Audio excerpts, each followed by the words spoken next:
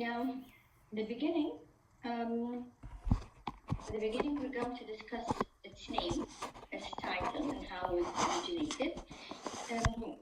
الجورجيan name, the title itself was derived from the name of the rulers during that time, of a king who actually governed England during the 18th and 19th century, which were basically King George I, King George II, and King George III. So around three King Georges who ruled England in around 100-year period. And because of name of a ruler, this style took its name, which was a common practice during that time. It was very much common. وحتى في other styles, whether قبل our styles now or even later, and for a period to be named after a ruler during that time. But this is not unusual. And that's where the title itself, the name, came from. Now, during this period of time, during an English Georgian style,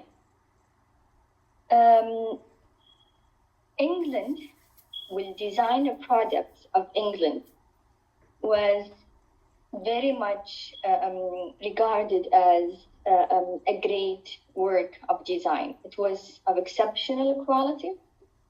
The quality of it was very high. The work was very much excellent. The styles that originated during that period of time, سواء نتكلم عن English Georgian أو حتى English Regency, it was regarded as good design for the English land, for this specific English region. So those are good styles that we should actually discuss. However, a very interesting point is that until our lecture today, until English neoclassicism, England itself as a country and as a region, they were unable, or maybe not unable, they did not invent any style by themselves. They did not originate a specific English style that was of their own. What they did from the previous history in History 1, and even in our lecture today, they took and borrowed styles from other parts of Europe. However, when they took those styles, they were able to adapt them in an English way.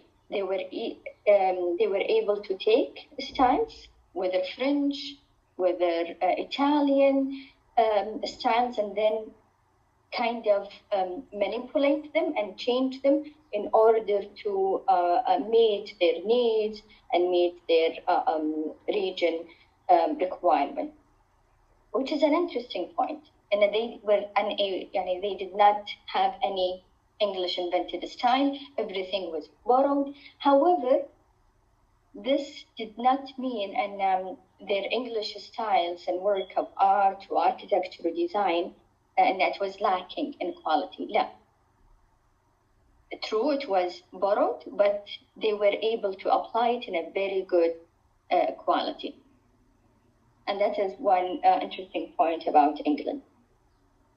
طبعا, as we said, our lecture is a continuation.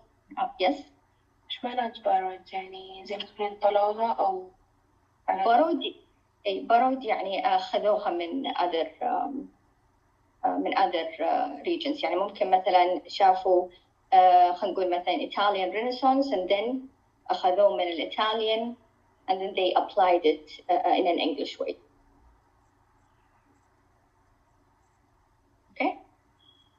Yes, thank you. Yeah. As we said, we're still talking about neoclassicism. The English Georgian is a neoclassical style, and if it's a neoclassical style, معناها it is inspired by Greek or Roman, by classical ancient styles or antiquities. So we are still on the same topic of a neoclassicism. As I said, English neoclassicism, including English Georgian Regency, was of high quality, very admired English historical style. Why? Because of their order. Again, most of the neoclassical styles focused on order, because of logic, because of its elegance and all its details. And it has a very English character in it that people admired. When we move into pictures that would describe the interiors of the English neoclassicism, you would see that they are extremely simple, which would remind us with German neoclassicism, with the Biedermeier. They are simpler than if we compare them with the French neoclassicism, مثلا. And they worked with the proportion, with the 3D massing and form of the space itself. And of course, it was inspired by the classical styles. The power of the upper class continued to rule Europe, including England. If you remember, starting from Rococo, we said, and now we have, I'm not moving the slide, I'm still here. If you could see the mark of my pen.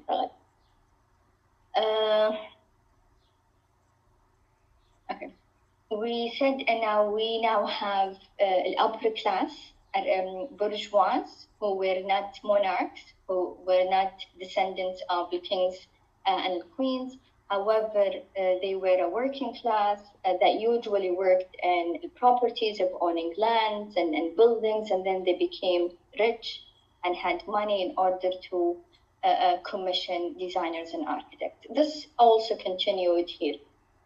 Some of the projects that we're going to discuss were actually commissioned by kings, and some of them, they could be commissioned by bourgeois. The English Georgian was very much influenced by the architectural principles of Andrea Palladio. Does anyone of you, Banat, remember the name Andrea Palladio, if you discussed him in History 1?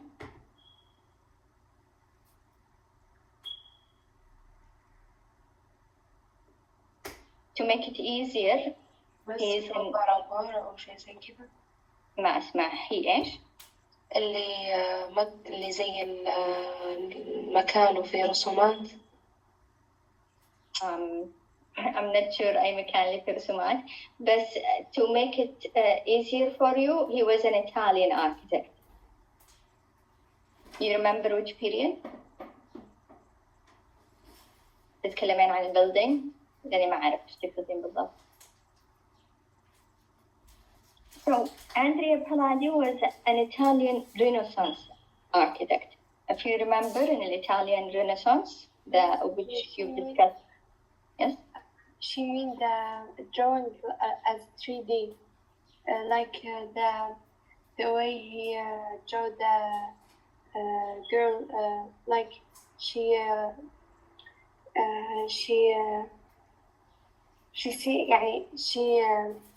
he drew in the villa, actually, right? I think villa or palazzo. He drawn as 3D drawings in the walls, and to make it more realistic and fun, I think. I'm not aware of this. I'm not sure either until you've discussed something in History 1 regarding that. I'm not sure. But I know him as an architect rather than as an artist. And you could check back your lectures, but we're talking about the Italian Renaissance. But I'm sure you have mentioned his name in History 1. And he was a major Italian Renaissance architect, the architect of the 16th century Italy. And he is regarded as a great name in architectural history in general, not only specific to Italy. يعني لما نتكلم عن الhistory of architecture غالبا بيجي into discussion the name of Vitruvius. Vitruvius is a very important name, whether you've discussed him قبل أو لا. Usually if you read about architectural history إلا ما تلقين هذا النame. He was يعني one of the earliest architects. He did great يعني huge work and he was able to document it. Andrea Palladio is the same. He did great work during the 16th century in Italy. Even before neoclassicism, he was very much inspired by the Greek or Roman architecture, and most of his designs incorporated elements from those styles. But even during the Italian Renaissance, his work was considered very much classical. But because his work was classical, so you could imagine, and of course, he would be an inspiration for a neoclassical work. The designers of a neoclassicism looked for Greek and Roman authentic work, plus they looked at Andrea Palladio work because he already applied similar characteristics. Well, English neoclassicism was very much, in specific, was very much inspired by Andrea Palladio, even حتى when we moved to America. Another thing راح يكون influence of Rococo. You would see in it is a true English neoclassicism. Well, style is very much neoclassical. However, the English designers were very much inspired by Rococo, and they liked Rococo as a style. And because the neoclassicism came just right after Rococo, they were still fascinated about Rococo style, and they still applied some elements. Mostly those elements were in terms of the ornamentation. غالبا they would take Rococo ornamentation and they're going to apply it inside their neoclassical interior. Clear, بنات?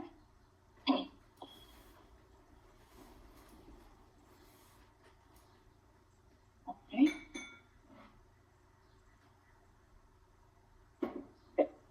Right. So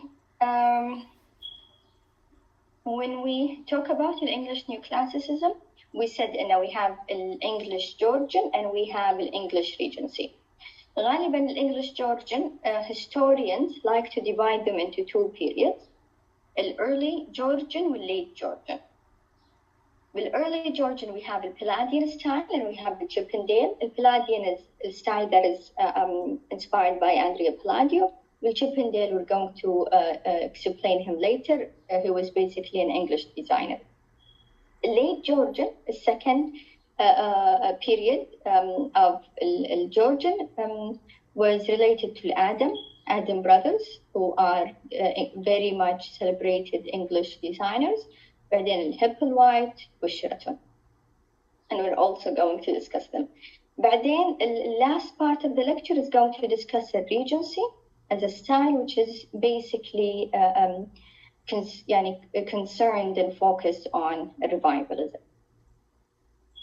Now let's start with our first part, which is early Georgian. Here we have two works of design that was produced by William Kent. William Kent is a major English designer that belongs to this period, who followed Andrea Palladian style. So he loved Andrea Palladio work. He studied it very well, and then he looked at his work for reference of his neoclassical work. So, and a very renowned name in English design. When we look at his work, سواء بالChetwick House أو سواء بالKirtlington Park Room in Oxford, both of his work is very much classical. Of course, it's going to be symmetrical. Of course, neoclassical, but لازم يكون symmetrical. And it was very grand and very big and very spacious. يعني هنا you could clearly see that the height of the room is high. It's a very large room in terms of the height. Or even here, you could clearly see if you compare the ceiling height with the door. We have a door here, which is usually 2 meters. You can imagine how high a room is in comparison. That's a very high and grand room, even if you compare the furniture with the rest of the wall. So he looked for this grand and classical feeling. Now, when we look at the wall, you will see and the walls are very much plain.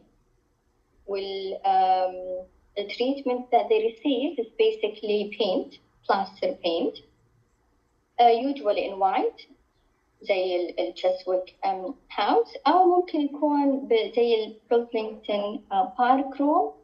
It is painted in very pale yellow. But even when they paint it in colors, the colors راح تكون very soft or very pale, but they're not going to be very bold or dark. And then they're going to treat them with some يعني molding work, such as the example here we have on the left. You will see that it is painted white to make it even softer or to create some contrast between the white and the yellow background. But you could see that حتى المولدing اللي work هنا is still very delicate and it is not that heavy or يعني deep. بينما the picture on the right يعني basically most of the walls are plain except for the cornice part. One thing that you might have noticed with the two pictures is that we don't have wall panelings.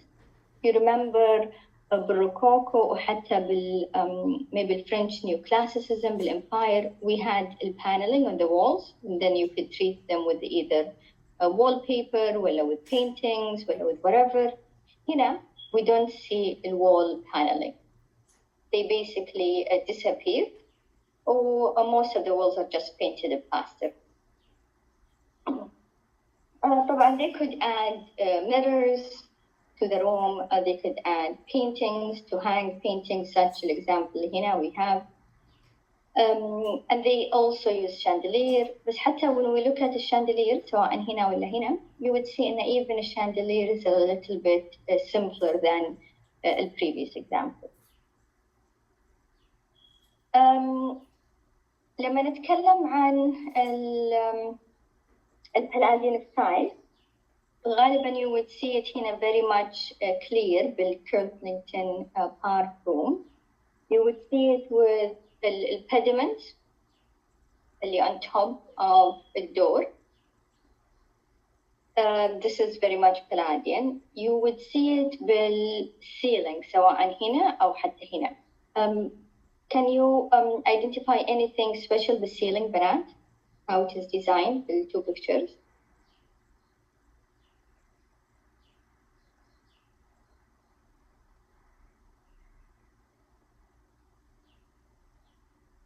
Both of them have floral pattern. True, they have some of them floral or we could see أشياء يعني inspired by nature. But anything else that catches your attention? If you could see a division بنات, yes, it's divided, exactly right. The division هنا, it is divided into squares and rectangles. This is what we call compartmented ceiling.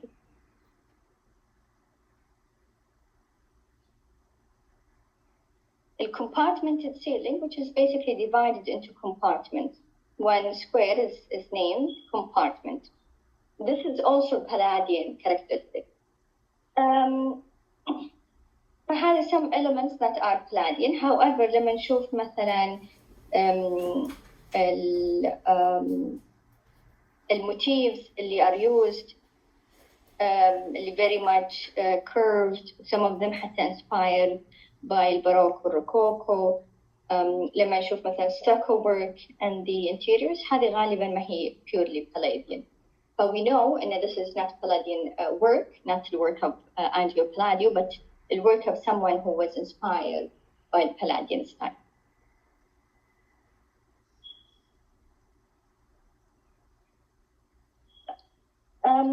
Here is the work of the Osterley House that was designed by Robert Adam.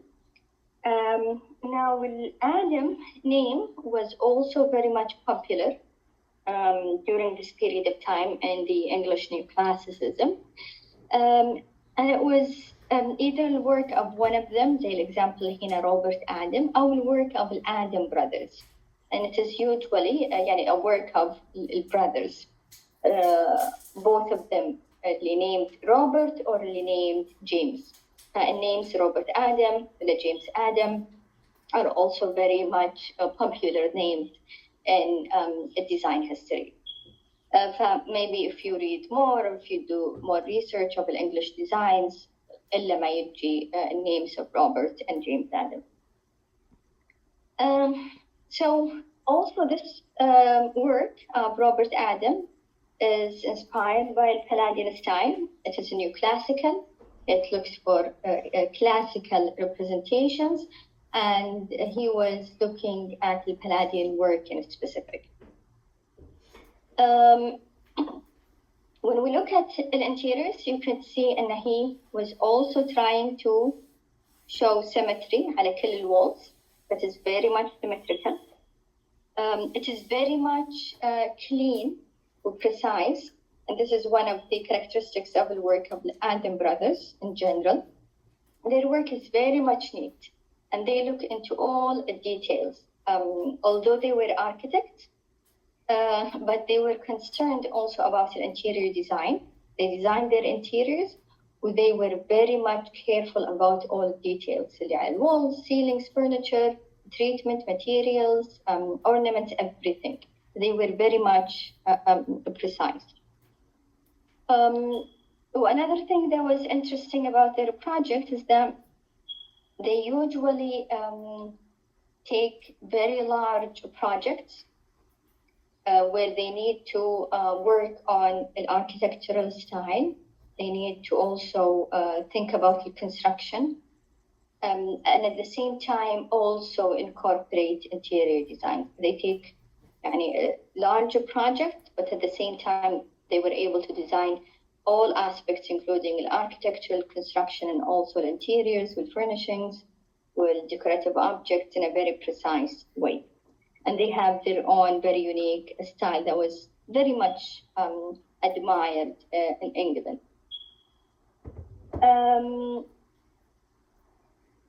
Another thing is that they also were one of the first ones that introduced the corridors بالhouses. If you remember, we started discussing this maybe from Rococo. We continued with French Neoclassicism, and it is also clear here in English Neoclassical style. To look for comfort, for functionality, the interior corridors for houses were introduced. The Adam brothers were one of the first ones to actually apply them on the floor plan.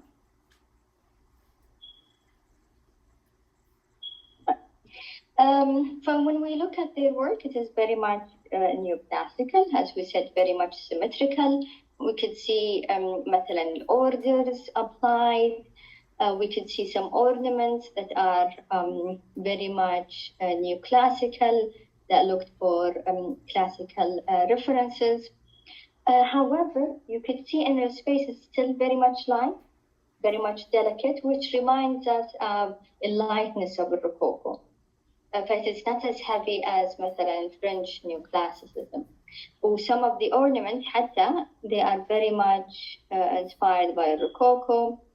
We see a lot of S scroll and C scrolls. He was able to combine both Rococo with Neoclassical. Now لما نشوف الwalls, similar to the work of William Kent, the walls are very much plain, and we don't have wall paneling. Painted in very pale and light green. To create some contrast, ornaments plaster work, and top of it is painted white in order to kind of make them protruding or visible. What else?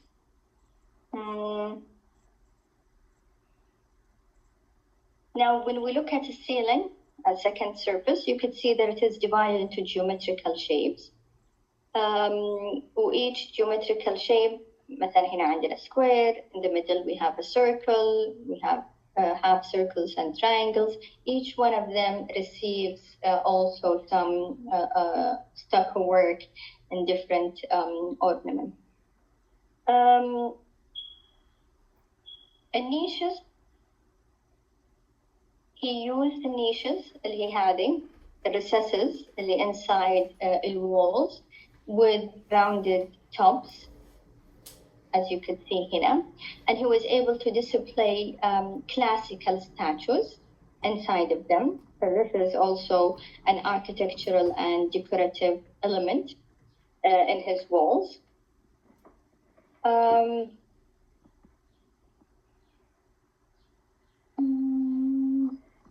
نفس or similar arrangement of ceiling was common to be reflected حتى على الفلور.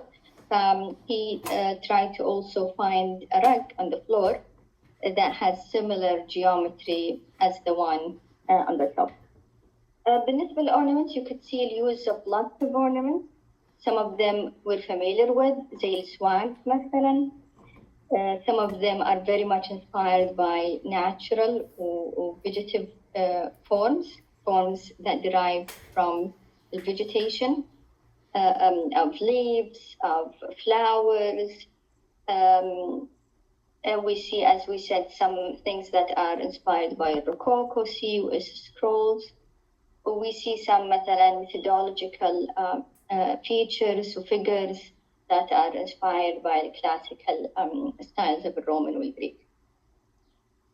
بالنسبة للwalls in general of the English Neoclassicism, they were either painted white or they're painted with pale color, in a green, اللي قبل كان yellow, or sometimes they are painted to resemble marble, which we call faux marble.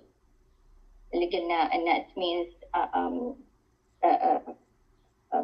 fake marble.